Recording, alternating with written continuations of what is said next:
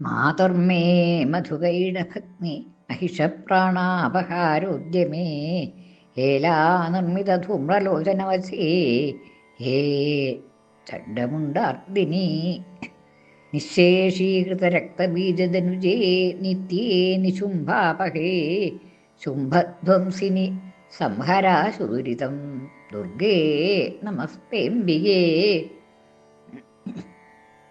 ദേവി ഭാഗവതം തുടരുകയാണ്.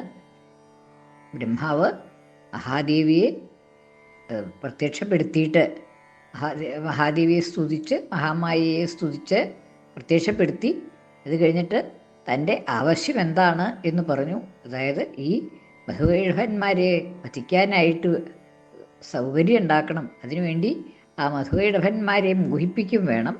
ഭഗവാനെ ഉണർത്തി, ജഗന്നാഥനായിട്ടുള്ള ഭഗവാനെ മഹാവിഷ്ണുവിനെ ഉണർത്തി അദ്ദേഹത്തിനും ഇവരെ വധിക്കാനായിട്ടുള്ള താല്പര്യം ഉണ്ടാക്കണം എന്ന് പറഞ്ഞു. ആ സമയത്ത് ദേവി അദ്ദേഹത്തിൻ്റെ മുൻപിൽ, ബ്രഹ്മാവിൻ്റെ മുൻപിൽ പ്രത്യക്ഷപ്പെട്ടു. പ്രത്യക്ഷപ്പെട്ടതിന് ശേഷം ബ്രഹ്മാവിൻ്റെ അഭ്യർത്ഥന അനുസരിച്ചിട്ട് അസുരന്മാർക്ക് മോഹം ഉണ്ടാക്കുകയും ചെയ്തു, മഹാവിഷ്ണുവിനെ ഉണർത്തും ചെയ്തു എന്ന് പറഞ്ഞു. മഹാവിഷ്ണു എന്താണ് ചെയ്തത് എന്ന് വെച്ചിട്ടുണ്ടെങ്കിൽ, ഇവരെ അസുരന്മാരെ വധിക്കുന്നതിന് മുൻപ് അസുരന്മാർക്ക് മോഹം ഉണ്ടായി എന്ന് പറഞ്ഞു. അതിൽ മഹാവിഷ്ണു അവരായിട്ട് 5000 വർഷം യുദ്ധം ചെയ്തു. അങ്ങനെ ആ വർഷം യുദ്ധം ചെയ്ത് കഴിഞ്ഞിട്ട് അസുരന്മാർക്ക് യുദ്ധത്തിൽ മഹാവിഷ്ണുവിൻ്റെ വിക്രമം കണ്ട് തൃപ്തി ഉണ്ടായി. അത് ആ മായയുടെ മോഹം കൊണ്ട് തന്നെ തൃപ്തി ഉണ്ടാക്കിയതാണ്. അങ്ങനെ തൃപ്തരായി തീർന്ന അസുരന്മാർ ദേവിയുടെ മോഹം കാരണം, ദേവി മോഹിപ്പിച്ചിരുന്നത് കാരണം, എന്ത് വരാണ് വേണ്ടത്, ഞങ്ങൾക്ക് സന്തോഷമായിട്ടുണ്ട്, എന്ത് വരം വേണമെങ്കിൽ ചോദിച്ചോളൂ എന്ന് ഭഗവാനോട് പറഞ്ഞു. ആ തൃപ്തതയുണ്ട്, ആ അഹങ്കാരവും കൂടി അതിലുണ്ട്. മഹാവിഷ്ണുവിനോടുള്ളതായിട്ടുള്ള ഈ വരം മേടിച്ചോളാനുള്ള പറയൽ. അങ്ങനെ വരം ചോദിച്ചോളാൻ പറഞ്ഞു. അത് തന്നെ സമയം എന്ന് കണ്ടിട്ട് മഹാവിഷ്ണു നിങ്ങളെ എനിക്ക് വധിക്കാനാവണം എന്നുള്ളതായിട്ടുള്ള വരം ചോദിച്ചു എന്നും പറഞ്ഞു. അപ്പം ഇങ്ങനെ വരം കൊടുക്കാൻ ഉള്ളതായിട്ടുള്ള ഒരു സമ്മതം കൊടുത്തു കഴിഞ്ഞല്ലോ. അറിയാണ്ടാണെങ്കിലും അബദ്ധത്തിലാണെന്നുണ്ടെങ്കിലും മോഹം കൊണ്ടാണ് എങ്കിലും അങ്ങനെ ഒരു വരം കൊടുക്കണം എന്നുള്ള നില വന്നു. അപ്പോൾ ഇവരെന്ത് ചെയ്തു എന്നാണെങ്കിൽ അബദ്ധം പറ്റിയെന്ന് മനസ്സിലായി. അപ്പോൾ എന്താണ്, ചുറ്റും നോക്കിക്കഴിഞ്ഞപ്പോൾ സമുദ്രത്തിൽ വെള്ളം മാത്രമേ ഉള്ളൂ, 4 പുറം വെള്ളം മാത്രമേ ഉള്ളൂ, വേറെ ഒന്നുമില്ല. അപ്പോൾ ഒന്ന് ഒരു കാര്യം ചെയ്യാം, ഈ വെള്ളം ഇല്ലാത്ത ഭാഗത്ത് വെച്ച് കൊന്നോളാൻ പറയാം, വസിച്ചോളാൻ പറയാം. അങ്ങനെ വെള്ളം ഇല്ലാത്ത ഭാഗം ഒന്നും ഇല്ലല്ലോ, എല്ലാ ദിക്കിലും വെള്ളം മൂടിയിരിക്കുകയാണ്. അപ്പോൾ ഏകാർണവമാണ് പ്രപഞ്ചം എന്നുള്ളതാണ്. അപ്പോൾ വെള്ളമില്ലാത്ത സ്ഥലത്ത് വെച്ച് കൊന്നോളൂ എന്ന് പറഞ്ഞു എന്നാണ് പറയണത്. അതാണ് ഇനി വരണത്. ഋഷിരുവാച വഞ്ചിതാഭ്യാമിതി തദാ സർവമാപോമയം ജഗത് വിലോക്യതാഭ്യാം ഗതിതോ ഭഗവാൻ കമലേക്ഷണ ആവാം ജഹി ന യത്ര ഉർവീ സലിലേന പരിപ്ലുത. വഞ്ചിതാഭ്യാം ഇതി തദാ, ഇപ്രകാരം വഞ്ചിക്കപ്പെട്ടതായ വഞ്ചിതന്മാരായ ആ അസുരന്മാരാൽ തഥാ സർവം ആപോമയം ജഗത്, അവർ എന്താണ് ഈ വഴി,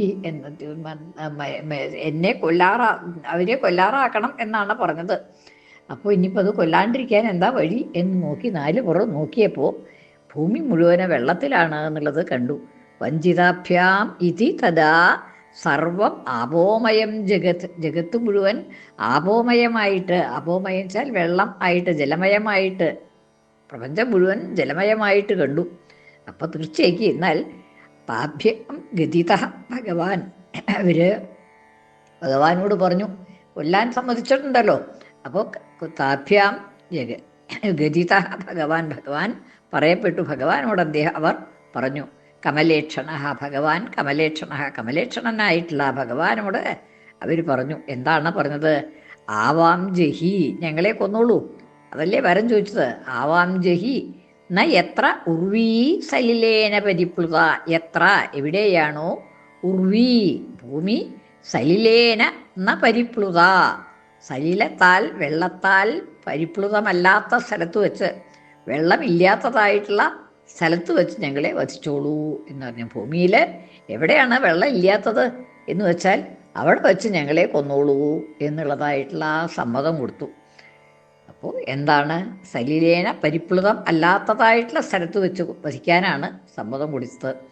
അപ്പോൾ എന്താണ് ചെയ്യേണ്ടത് എന്ന് വെച്ചാൽ, അപ്പോൾ എന്താണ് ഇനി ഉണ്ടായത് എന്ന് പറയുകയാണ്. ഋഷിരുവാച തഥേത്യുക്ത്വാ ഭഗവതാ ശംഖചക്രഗദാഭൃത കൃത്വാ ചക്രേണ വൈ ഛിന്നേ ജഘനേ ശിരസി തയോ. മഹർഷി പറഞ്ഞു. അതായത് പിന്നെ മഹർഷി കഥ തുടരുകയാണ്. തഥയാ ഇതി മുക്തുവ, അങ്ങനെ തന്നെ എന്ന് പറഞ്ഞിട്ട്, ഭഗവതാ ഭഗവാനാൽ അങ്ങനെ തന്നെ എന്ന് പറഞ്ഞ, ഭഗവാൻ അങ്ങനെ തന്നെ ശരി, വെള്ളമില്ലാത്തോർത്ത് വെച്ചാവാൻ വധിക്കുക എന്ന് പറഞ്ഞു. തഥാ ഇതി ഉക്തുവ, അപ്രകാരം തന്നെ അങ്ങനെ തന്നെ എന്ന്, തഥാ ഇതി അങ്ങനെ തന്നെ എന്ന് ഉക്തുവ പറഞ്ഞിട്ട്, ഭഗവതാ ഭഗവാനാൽ ശംഖചക്ര ഗദാഭൃത, ശംഖചക്ര ഗദകൾ ധരിച്ചിട്ടുള്ളതായിട്ടുള്ള ഭഗവാൻ വിഷ്ണു, ശംഖചക്രം ഗദ എന്നിവ ധരിച്ചതായിട്ടുള്ള വിഷ്ണു, കൃത്വാ ചക്രേണ വൈ ഛിന്നേ ജഘനേ ശിരസി, ശിരസി ജഘനേ കൃത്വാ, തയോഹോ ശിരസി, തയോഹോ അവരുടെ ശിരസി, ശിരസ്സുകൾ രണ്ടാളുടെയും ശിരസ്, ശിരസി എന്ന് ദ്വിവചനാണ് അവിടെ, രണ്ടുപേരുടെയാണല്ലോ. അപ്പം രണ്ടുപേരുടെയും ശിരസ്, ശിരസി ശിരസ്സുകൾ, അവരുടെ രണ്ടുപേരുടെയും ശിരസ്സുകൾ ജഘനേ കൃത്വ, ജഘനേ കൃത്വ തൻ്റെ ജഘനത്തിൽ വെച്ചിട്ട്, ഭഗവാന്റെ ജഘനത്തിൽ തന്നെ ഭഗവാന്റെ മടിയിൽ അവരുടെ തല വെച്ചു എന്നുള്ളതാണ്. രണ്ടുപേരുടെയും തല തൻ്റെ മടിയിൽ വെച്ച്, ജഘനേ ശിരസി കൃത്വ, തയോഹോ ശിരസി അവരുടെ ശിരസ്സുകളെ ജഘനേ കൃത്വ തൻ്റെ മടിയിൽ വെച്ചിട്ട്, ചക്രേണ ഛിന്നേ ചക്രം കൊണ്ട് അവ മുറിക്കപ്പെട്ടു. അതായത് മടിയിൽ വയ്ക്കുമ്പോൾ അവിടെ വെള്ളമില്ല എന്നുള്ളതാണ്. വെള്ളമില്ലാത്തതായിട്ടുള്ള തൻ്റെ മടിയിൽ അവരുടെ ശിരസ്സുകൾ വെച്ചിട്ട് അവരെ ശിരസ്സുകൾ മുറിച്ചു എന്നുള്ളതാണ്. കൃത്വ ചക്രേണ വൈ ഛിന്നേ ജഘനേ ശിരസി തയോഹോ, ജഘനേ ാണ് അവിടെ അന്വയം ഒരു മാറ്റമുണ്ട്. ജഘനേ തയോഹോ ശിരസി കൃത്വ, അല്ലെങ്കിൽ തയോഹോ ശിരസി ജഘനേ കൃത്വ അവരുടെ ശിരസ്സുകൾ, രണ്ടുപേരുടെയും ശിരസ്സുകളെ തൻ്റെ മടിയിൽ വച്ചിട്ട്, ജഘനേ കൃത്വ തൻ്റെ ജഘനത്തിൽ വച്ചിട്ട്, ചക്രേണ ഛിന്നേ ചക്രം കൊണ്ട്, തൻ്റെ ചക്രം കൊണ്ട്, സുദർശന ചക്രം കൊണ്ട് ചിഹ്നങ്ങളാക്കി മുറിച്ചു എന്ന് സാരം. ഏവമേഷാ സമുൽപ്പന്ന ബ്രഹ്മണാ സംസ്തുതാ സ്വയം പ്രഭാവമസ്യാ ദിവ്യാസ്തു ഭൂയ ശൃണു വദാമി തേ.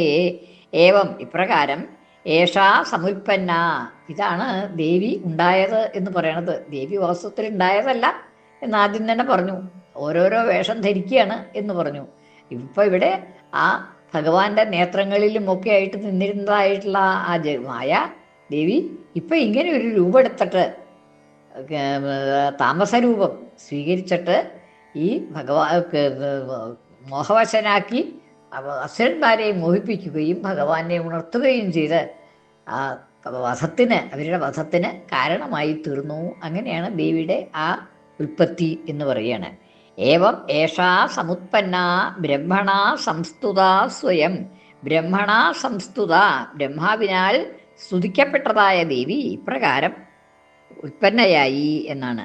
പ്രഭാവമസ്യാ ദേവ്യാസ്തു, അസ്യാഹ ദേവ്യാഹ പ്രഭാവ തു, ഈ ദേവിയുടെ പ്രഭാവത്തെ, പ്രഭാവം തു പ്രഭാവത്തെ, ഈ ദേവിക്ക് പിന്നെയും ശക്തികളുണ്ട് എന്നുള്ളതാണ്. അസ്യാഹ ദേവ്യാഹ പ്രഭാവസ്തു ഭൂയ ശൃണു, വീണ്ടും കേട്ടോളൂ, വദാമി തേ ഞാൻ പറയാം, വീണ്ടും ആ ദേവിയുടെ പ്രഭാവങ്ങൾ എന്തൊക്കെയാണ് എന്നുള്ളത് കേട്ടോളൂ, ഞാൻ പറയാം എന്നാണ്. പിന്നെ ആ അധ്യായം അവസാനിച്ചു. ശ്രീ ശിവാ ശിവശക്തിഐക്യരൂപിണി ലളിതാംബിക, ശ്രീ ശിവാ ശിവശക്തിഐക്യരൂപിണി ലളിതാംബിക, ശ്രീ ശിവാ ശിവശക്തിഐക്യരൂപിണി ലളിതാംബിക. ശ്രീ ലളിതാംബികായൈ നമഃ.